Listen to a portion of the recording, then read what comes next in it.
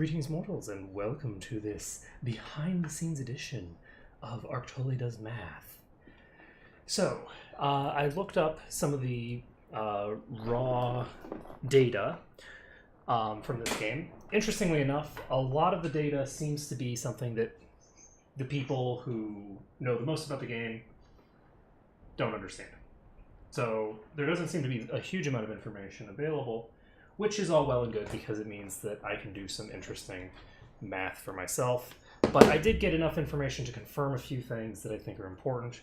And so I can now go through and do some stuff that normally I do this kind of stuff behind the scenes. When I did the Breath of Fire run, I was doing a huge amount of math in between my other streams for other games before I started running Breath of Fire 3. This time I've decided to do this sort of behind the scenes, what the hell does Ark do when he's not live? This is the answer. So, I noticed a few interesting things. So the first thing, I'm going to try to give like a running, narrative here. So, my understanding is that the primary drivers of your accuracy in terms of raw stats are strength and dex, with senses having a minor, I believe it has half the effect that strength and dex do, but strength and dex are equal to each other. So, in terms of accuracy, those appear to be the rough way that those work. In terms of dual classing, I was a little concerned that I was going to be causing some serious problems for myself by doing my dual classing. That doesn't appear to be the case. Some people have made the suggestion that your current class level, as opposed to your character level, is responsible for determining some sort of magical bonuses that are behind the scenes that nobody has the numbers for. If nobody has the numbers for them, then I don't give a shit. So, I also figured out, or rather, I read what the critical skill does, and it's interesting, but not that relevant.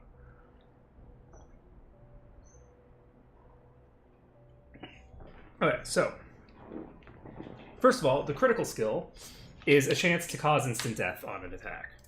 And it's a very slim chance, but the more attacks that you have per round, the more probability that you have to trigger the effect. So as you increase your attacks per round, whether by dual wielding or by just increasing your relevant attacks per round stats, you will increase the probability of stuff like that happening.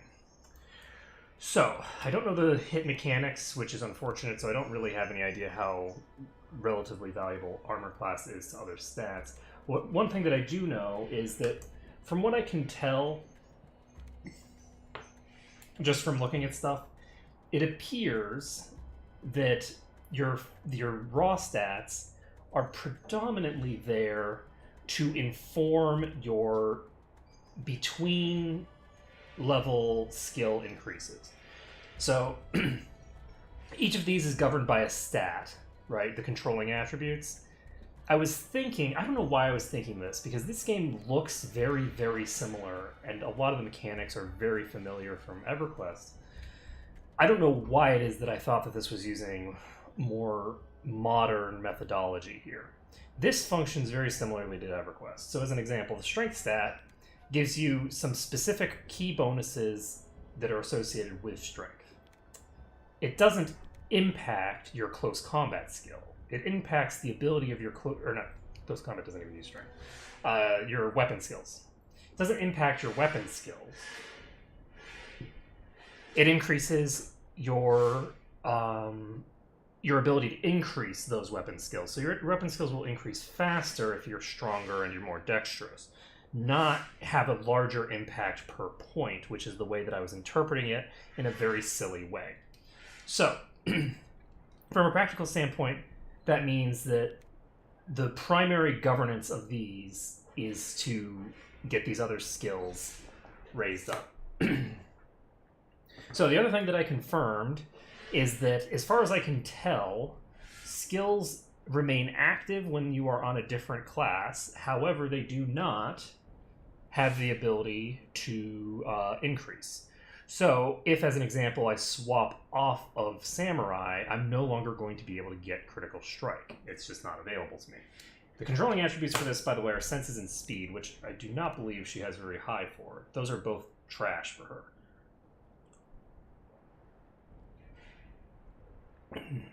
Sorry. So, my thinking is that what I'll probably do is my next level for her, I'm going to dive out of Samurai and back to either Fighter or Valkyrie. I would say probably Valkyrie, because I think Close Combat is not as good a skill as Polearm skill. I think your weapon skill for a specific class of weaponry is more important than your weapon skill for Close Combat, because Close Combat does not determine your accuracy in any way, shape, or form. Hit chance isn't affected by your skill in that. So, with that being the case, it just increases your odds of getting more attacks, basically. You get more attacks per round out of that. Oh, I'm not in the chat with that. So, in terms of Aldrea's build, that has a couple of things that matter. First of all, I would really prefer not to be using this bow for her at all, because it has 100% overlap with her polearm skill, so it's very silly to be utilizing it. Whereas, if she becomes a Valkyrie again, it is my assumption... Yes?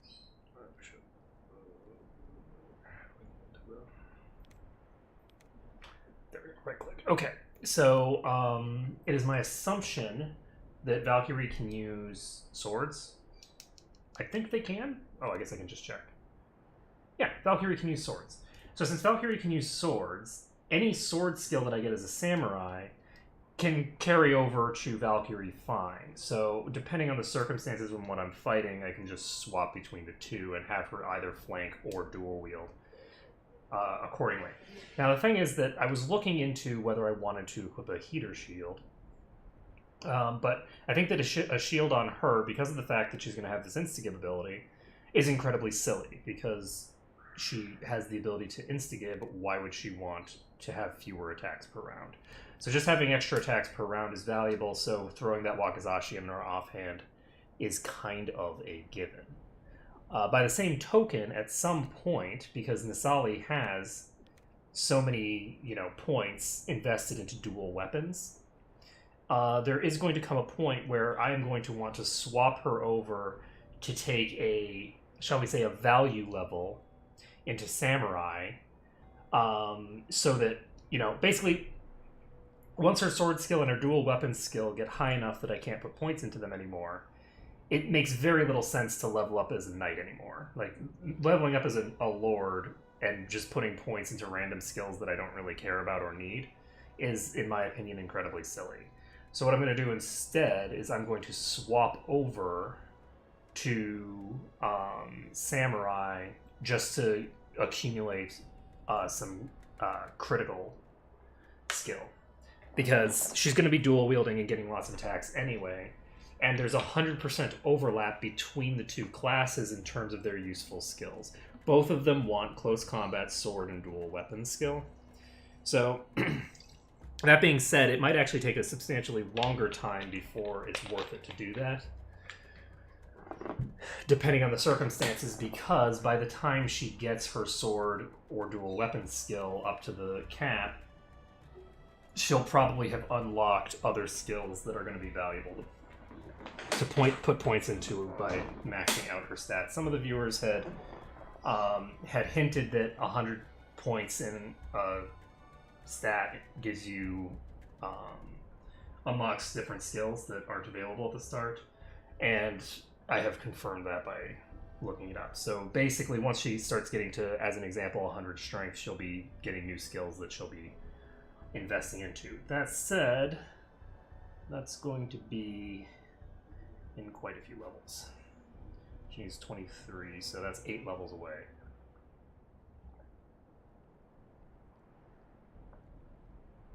So she'll probably have taken a dip level into Samurai by that point. would be my guess, because if we're increasing each of these by 3 per level, they're going to reach that. And they're not increasing by 3, they're increasing by more than 3 because of the fact that she is actually increasing her skill as she goes. Alright, so Nasali, I think, is pretty solid. The one thing that I did find interesting, that I find very strange, is that I've never seen any indication that dual wielding slows you down, but dual wielding slows you down. So if you look at her skills, she has over 50 sword, and she has not quite 50 close combat. So she has a total of 95 between the two of them. And then she has whatever her speed is. What is her speed? Her speed is 65. So this is interesting. Where are you? Because I don't think I've looked at the numbers specifically for how your raw stats affect your thingamabobber, but let's see. So Dex and Speed both have an impact on this. So this is plus. Let's assume that this is a +3 and that this is a +1. If that's a +4 wouldn't give me enough. I would need at least a +5. So the question is, where is that 5 coming from? Is it 1 per 10 and then 1 per 5 here? Because the key is that she has just barely reached the threshold where her number of attacks can be 2. And I'm not entirely sure what's causing that. It's not her offhand. It's nothing like that, because when I equip a shield, I get the same effect. But there's something that's causing her to have substantially better results if she doesn't dual wield than if she dual wields. Because 2 attacks with her primary weapon doing 8 to 25 fucking damage is a hell of a lot better than 2 attacks, 1 doing 8 to 25 and 1 doing 1 to 9. I mean, that's just trash. So she has way better results if she doesn't dual wield at this particular moment in time. So I'm gonna have to figure that out later. I'm not sure if I want to act on that or not, but I think I might. Because if we're being totally honest, I need a new bruiser because Aldrea is not doing the job anymore. So the next thing I'm gonna do, actually, oh no, here. Okay, so we can't cast Superman right now? Oh, that's bullshit. Alright, well that's too bad. So apparently I can't cast Superman when I'm not in combat. Can I enter combat?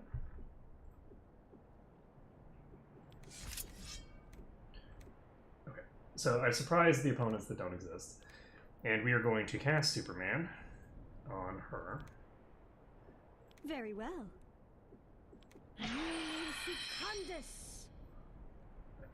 So, there's no enemy combatants, so she does have Superman still, right? Does she still have it off? I don't think she still has it off. Combat spells expire. Thank you for not allowing me to conveniently check my combat buffs in video game. That makes me very happy. Okay, so we're going to have to redo this, and this time we're going to have to pause mid-fight. Very well. Okay, we cast it, I think, so that gave me +2 to hits, did not increase her number of attacks.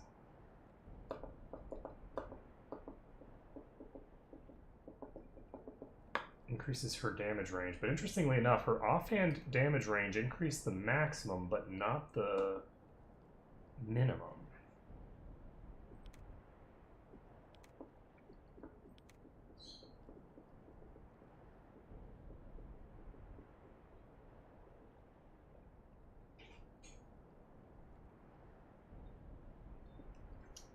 These are all multipliers. So that's good to know. All of these are percentage based. So if you look at the damage range here, the damage range is the same ratio from here to here. The reason that this is still 1 to 10 is because I'm not adding a +X to it. So Superman is never going to stop being relevant because that's always going to increase my damage range by a relatively large amount. So that's good to know at least. So do I have any...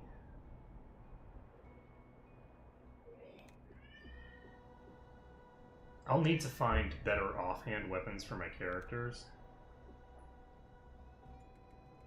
Like, these poignards are just not... Also, this is a dagger. Why did I equip this? Why did I think a Basilard was... Because it looks like a sword, but it's under the dagger skill, so... I'm a dope and I'm using a dagger when I should be using it.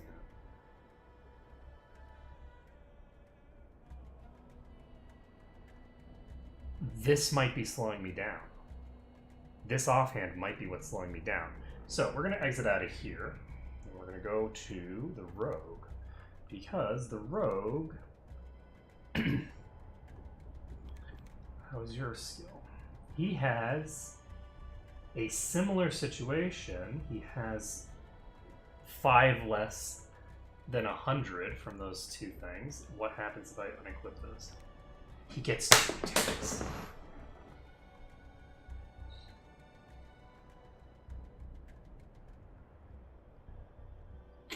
So it's not based off of the fact that I have an offhand weapon that isn't the same skill and is substantially lower. It's something inherent to dual wielding that's decreasing his damage output.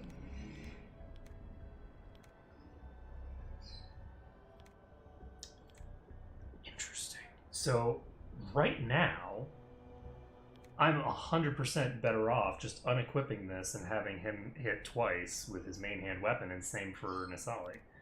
I don't know that the offhand is worth it right now. Dual wield is kind of shit right now. Because we're currently at a threshold where we really, really, really want to be hitting twice, not hitting like chumps. So this is interesting. That's good to know. So we want to swap those two. How about you? He's got the same thing going. He's got the same thing going. I mean, his main hand weapon isn't as good, so the difference isn't as significant.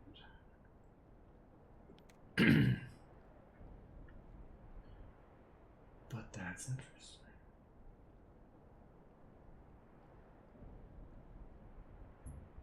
That's very interesting. So, let's see here. I'm not sure what's going on with the plus to hit, though. Because my understanding of the bonuses that I should have to hit, I should have more than a +6 to hit. I should have at least a +7 to hit, I think.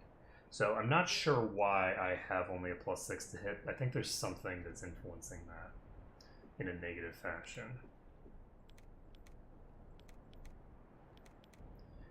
Next, swings is kind of an interesting statistic.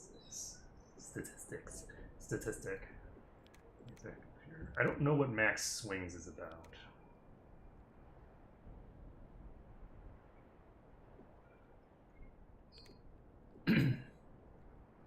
So I'm not sure what's going on exactly with that. So close combat, critical strike, and weapons all based off of this. So at some point, Sorlin is going to swap over to Ninja, and he's probably going to stay a Ninja from then on.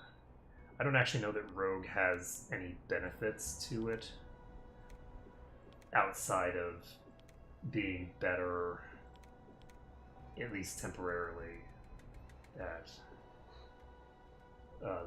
this. So basically, right now, his locks and traps is higher than it looks, because he's got the 25 bonus on top of the current value. But I think that once I get that skill up to 100, I don't need to worry about it anymore.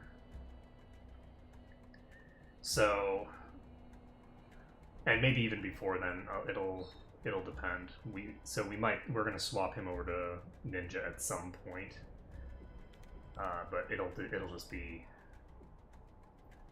we'll see when that happens. So I don't know what the virtually invisible in hand-to-hand combat is.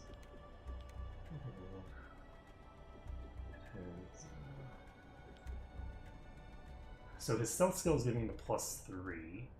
So it looks like stealth skill gives up to +10 AC. That would be my guess, which is pretty significant, actually. So, what is our plan? So for her close combat skill is trash, and her staff and wand skill is trash, and her mace's skill is really trash. So her plus to hit is abysmally low, but soon I'm going to be able to start devoting points, because she's almost maxed in piety. So at some point soon, I'm hoping to be able to invest points into something else. In terms of speed, people have suggested that speed would allow for a spellcaster, like a priest, to outspeed the enemies.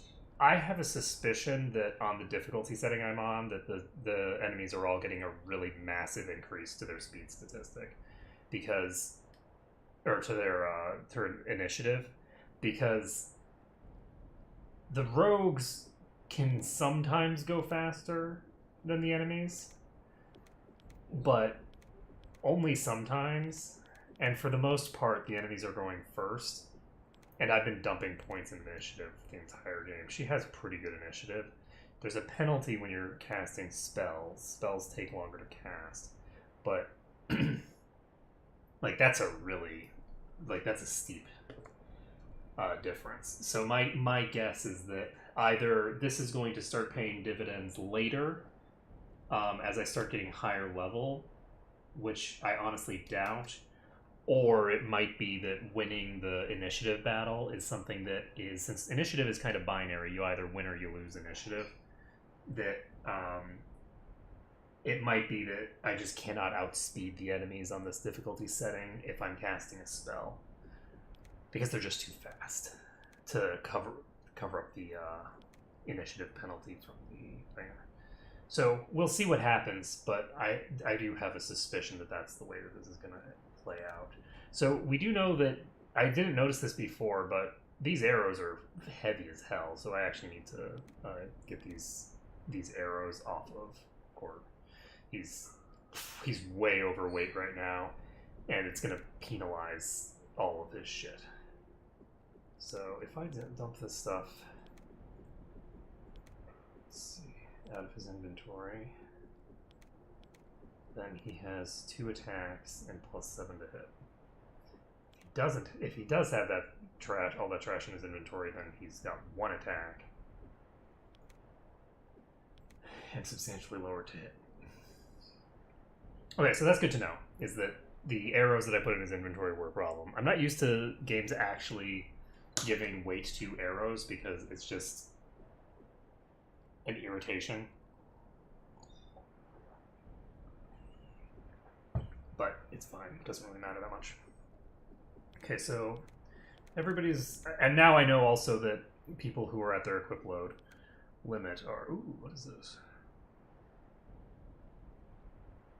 Mercurius Blade, 4 to 11.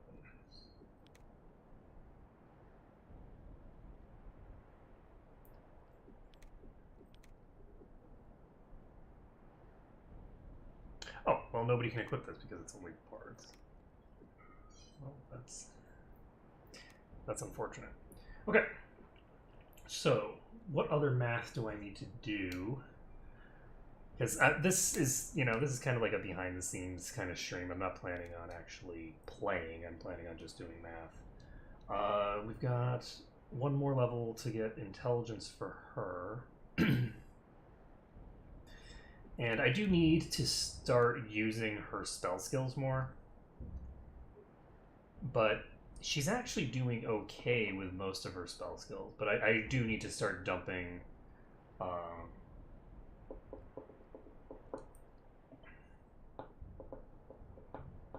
not points per level into these, but I do need to start using them while I'm leveling.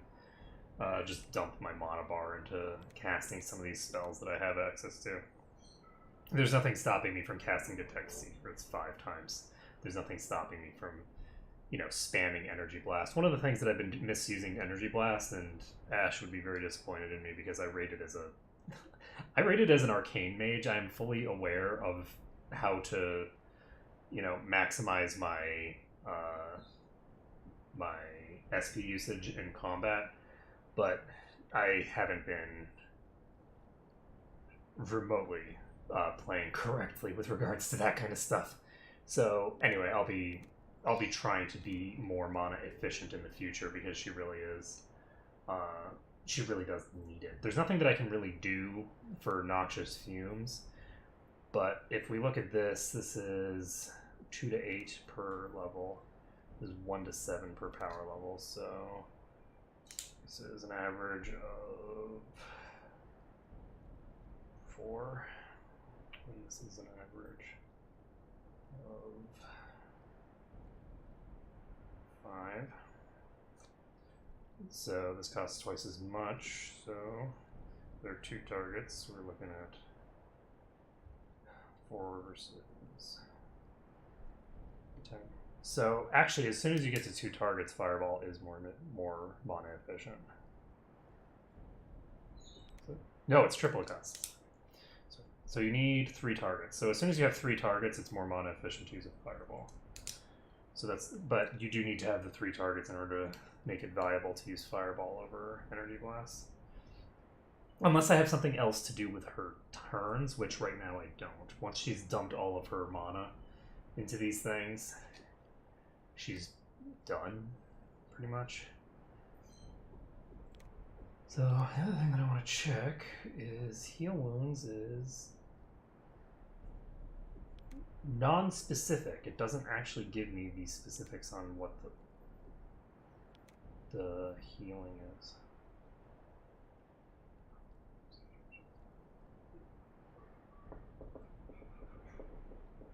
So, do I have 2 people that both have access to the same buff? Yes, but do I have access to the same buff from 2 people? So, one of the things that I'm unclear on is whether skill level is relevant for buffs.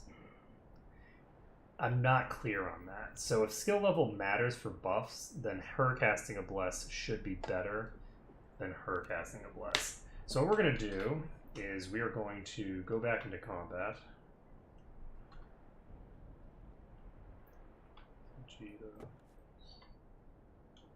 Oh, right. Okay. So we're going back into the combat. We're going to have her cast a Bless, and the power level doesn't matter. All that matters is the thingamabobber. So there's a couple of things that I want to check here. So I want to check the to hit for her, because she has +0 right now. And I want to check it for her, because she has +6, which I think is the highest in the party. No, Korger has the highest plus hit. Does Bless work on range attacks? I guess we'll find out. So I want to see that.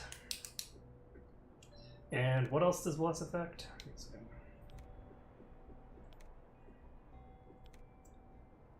So increases armor class and hit chance. So it should give a plus to hit, and it should give a plus to AC. So I want to see whether that's percentage based or whether it's just a flat amount. So the key is whether it gives everybody the same value, which for armor class I can just check in the thinger. So that's fine. So we're gonna start the turn up. And we've cast Bless on the party. And she now has a +2 to hit. He has +2 to hit. She has a +2 to hit.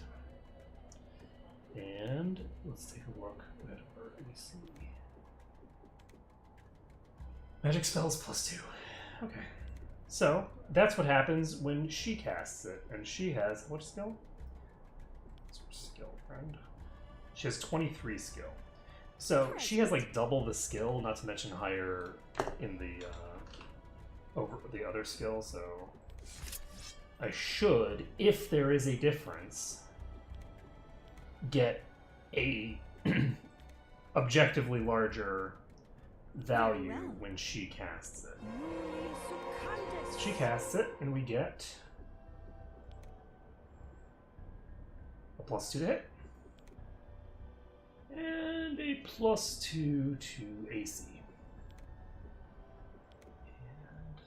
Okay.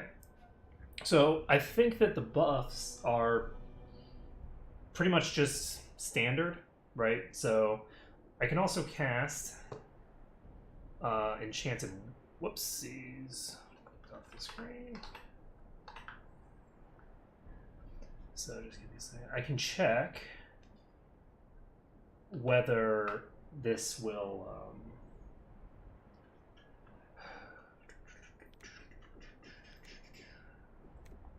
carry over. So if I cast Enchanted Blade, I can pretty much just assume that that's not going to have an effect that's improved by my skill. But what we want to look at is, what does it do, first of all? I don't remember. So this gives an increase to accuracy and penetration.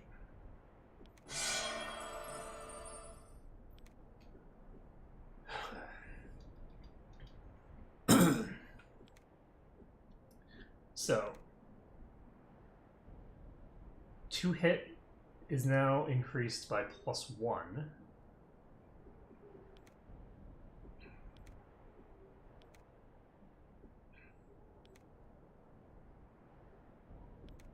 Penetration is not increased. I didn't get a bonus to penetration.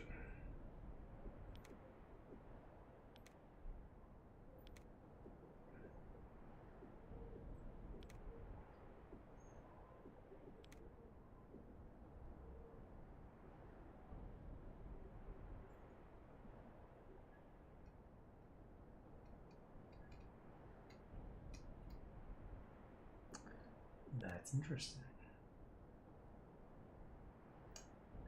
So either to hit also adds to penetrate, or this buff doesn't work the way that it's supposed to. Them's the breaks.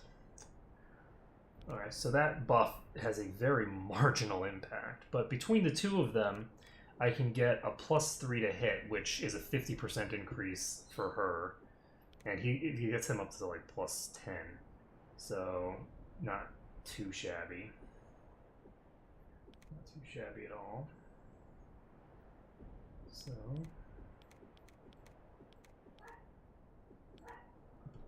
Aldrea is, interestingly enough, starting to catch up to Nalira and Nasali, because these two tend to be, like, I think Nalira is doing way more damage overall when she's AoEing, but she AoEs before the targets are dying. So the cleanup is getting all the kills as opposed to from the start. Okay, so what other math needs to be done before we end the stream for the day? So I think that in the next stream, we are going to be swapping her to dual wield, because I don't think there's necessarily any disadvantage to her dual wielding. There's no Wakizashi.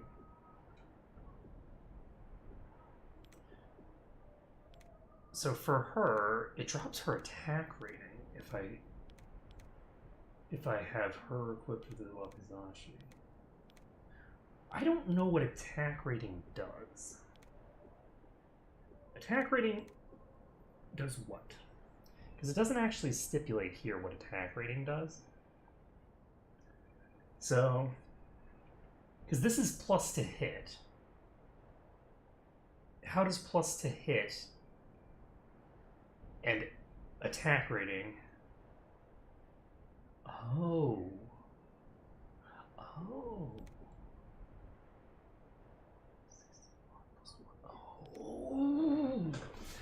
This is your to hit. This is your accuracy. This is a portion of your accuracy coming from somewhere. Okay. Okay. This, I didn't realize that I could hover over these to learn more. Because there are other things you need to right-click on in order to learn more information. So what this means is that she has a base of 22 to hit. That's really high. She has a base of 17, which is the same as, not quite the same, but it's close to the same as hers. He has a base of 23. He has a base of 27. Where's that coming from? Is the plus 8 to hit from something, and then he's got a base of 27. Huh. She has a base of 22. So the two of them are both level 9. So if we make the assumption that every 2 levels you gain additional attack rating, like an additional base attack, I think I'm actually gonna, this is gonna be interesting. So we're gonna reload. I want to check. Dual classing is dangerous. I'm not going to be reloading to this, by the way, just so you guys know. I'm not undoing what I did there. Hear you. What I'm doing is I'm checking is her base attack. Base of 24. So why is her attack rate so high compared to everybody else's? Why are you such a god? I do not understand.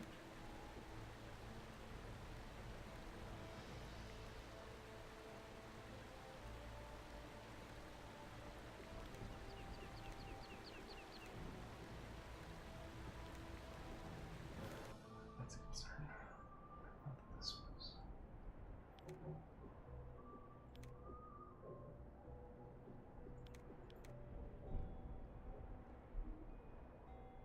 What?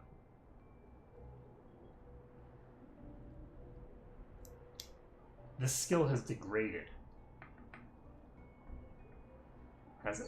No, it hasn't degraded. It was 65 because it was being increased by 25%. Okay, I'm fine. I was very concerned. I'm like, what the hell? Okay, so with that much skill, with 65 skill, she had... Oh! I get it. I hear you. It's not just that, it's that she has a lower... Okay, so her base is so low because she's using a longsword, which she's just shit at. Okay, so that can be completely just brought down to weapon skill. I'm going to go ahead and equip her. I guess I can just look at her offhand. Her offhand base is 20. Let's see if I just put this in her main Now hand this alone. is a good one. Her main hand base is still 20. What is her skill with this dagger? Her dagger skill is only 14. So there shouldn't really be a meaningful difference here.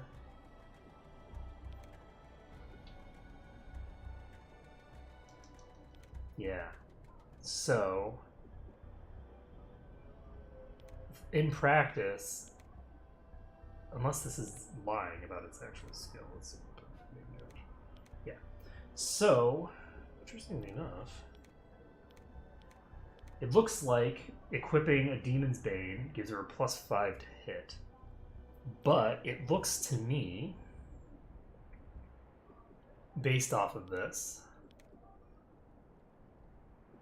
that the level difference between 1 and 8 is making a sort of like, think of a base,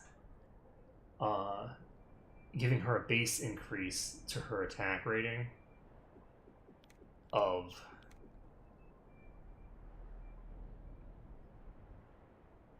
probably 3 or 4.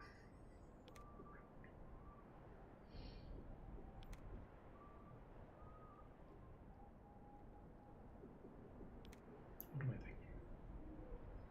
Why was I thinking that? Why did I think that her base was 17? The hell? What happened?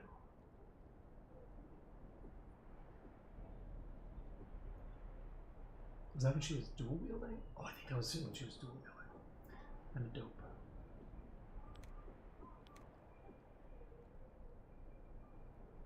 It's dual wield. Okay. And then I reloaded the game, so I wasn't dual wielding anymore. Okay. So her attack rating base is 25. Hers is 25. Her base is 20. Her base is 21.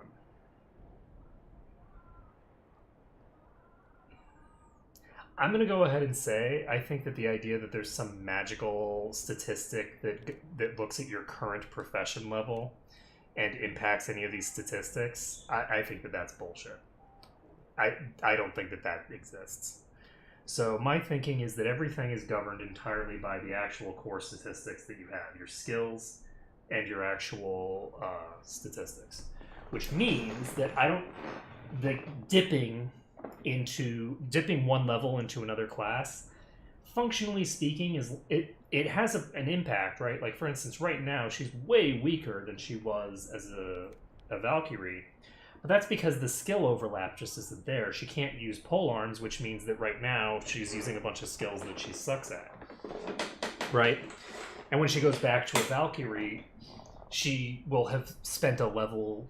She'll be like a level or so behind in terms of her core skills, but she'll have a bunch of points in these other skills that are potentially going to be more valuable than, skills that she probably would be capping reasonably easy anyway. As an example, like, Misali has been chilling as a lord this entire time, and her sword skill is actually lower. Like, all of her weapon skills are lower than Aldrea's at this point. Why is her close combat so good? Senses and intelligence. What are your plus intelligence is horrendously bad. So Aldrea has substantially higher in those two statistics, so that's why Miss Ollie's close combat skill is so trash. She also doesn't have a huge what does she have an advantage in? I guess she has the 10 points of speed. So that's speed and senses is a wash. So Dex Vitality is a +1 in favor of Aldrea. Piety and Intelligence is 95. That's like 15 points in her. Why are Miss Ollie's stats so bad? I think that the Dracon sort of species probably has lower overall stats because they get access to that breath weapon. But the breath weapon doesn't look like it's going to scale very well. So that's a little disappointing because that's gonna cause problems for her overall. Because that's gonna slow down how fast she gets access to certain things. And it's gonna make her a weaker character overall. Like, Aldrea's stats are such that she could just do whatever the fuck she wants. Anyway, that's just kind of interesting. So he has... Because, like, Aldrea isn't close to getting any of her, like, higher tier skills. Whereas, like, he is, Nilira is, and Silria is. But, I mean, she at least is able to do something, right? So Miles is about to cap dexterity as well, actually. Okay, so what does this all mean? So I think that it means, functionally, I can dip around and just screw around with, like, alternate classes, and I don't think it makes too much of a difference. I'd say that probably, if you're puttering around between, as an example, fighter and samurai, I don't know that, functionally speaking, there's any real loss, as opposed to just sticking to one of them completely. I don't know that you actually lose anything in that gamble. You lose a little bit if you're swapping away from Valkyrie for extended periods, because Valkyrie is a spellcasting class. It increases your spellcasting ability, which I haven't really been making much use of. So it's not a big deal for me, but which you would legitimately have some loss there. In terms of Lord versus Samurai, I honestly think that I want to actually just get her strength up and start pumping her intelligence the way that I did, I think, last level. Because once her intelligence is 55 and she can become a samurai, I think that that's going to help us a lot. I think it's going to make a really, really big difference to be able to become a samurai, because right now, her itemization options are okay, but the regen that she has, I think, sort of largely lost its luster. It's not bad at the beginning, but it's really not terribly meaningful at this point. And the bonus to dual wield is kind of crappy if you don't have any good weapons to put in your offhand. If everything in the offhand has a 1-2x damage, the damage value for that weapon is going to be horrifically bad, right? Like, a weapon that does 1 to 7 damage has an average damage of what, like 3.5? No, it's like 4. It does an average of 4 damage. So this does an average of 4 damage, whereas like the thing that he's got right here, I mean, this does an average of 6, right? Like, it's a 50% increase in damage without increasing the damage maximum at all. And like something like this is out of control by comparison. So dual wield right now is a really, really weak combat style because of this particular threshold that we're at, where you get 1 extra attack per round if you aren't dual wielding. Okay, so I think that attack rating is probably just the total accuracy. The plus to hit is a stat that I don't need to look at all because it's just a component of attack rating. I don't know what goes into this stat. It doesn't matter. Who cares? Attack rating is what I'm looking for. So that is that. So interestingly enough, his attack rating is pretty good. So her attack rating is trash. So her accuracy is going to just be the pits. His accuracy is not terrible. My guess is that increasing your dual wield skill, your dual weapon skill, is going to... Because this doesn't tell you anything. This description is useless. My guess is that dual weapon skill just reduces the penalties that are associated with dual wield. It doesn't make you better, it makes you less crap. So, in all likelihood, up until you get to the point... At the very beginning of the game, all of your weapons are crap, including your primary hand weapons. So at the very beginning of the game, it's entirely reasonable to think that it's worth it to dual wield because you get more attacks per round, and that's very valuable. But right around now, when you don't have access to any good offhands, but you do have access to good main hands, like, the difference in damage is just too psychotically high. I mean, look at this. We lose 2 to hit, which is basically the equivalent of having Bless cast. So we're effectively losing a Bless, and we're transferring an attack per round. We've got attack rating. This thing is like 6 less. This plus 6 to hit, it's as if she had a plus 0 to hit for this offhand. So I think that when I come back to this, which might be tomorrow morning, and it might be the next day. It depends on what my plan is with Ash. But when I do come back to this, dual wield is going out the window for now, because I need to get to the key skill thresholds to be able to dual wield and still get 2 attacks per round. I've been wondering why these characters aren't getting 2 attacks per round, because I found it very strange that Aldrea got more attacks per round, even though I feel like everybody's on roughly the same page, and she's much slower, right? She attacks twice, but she attacks at the very end of the round for both attacks. It's like, what is this? So the key here is just that dual wielding slows you down. Which means... And it looks like the accuracy for the offhand is slightly decreased as well, because I think that this offhand has a +1 to hit and the main hand does not.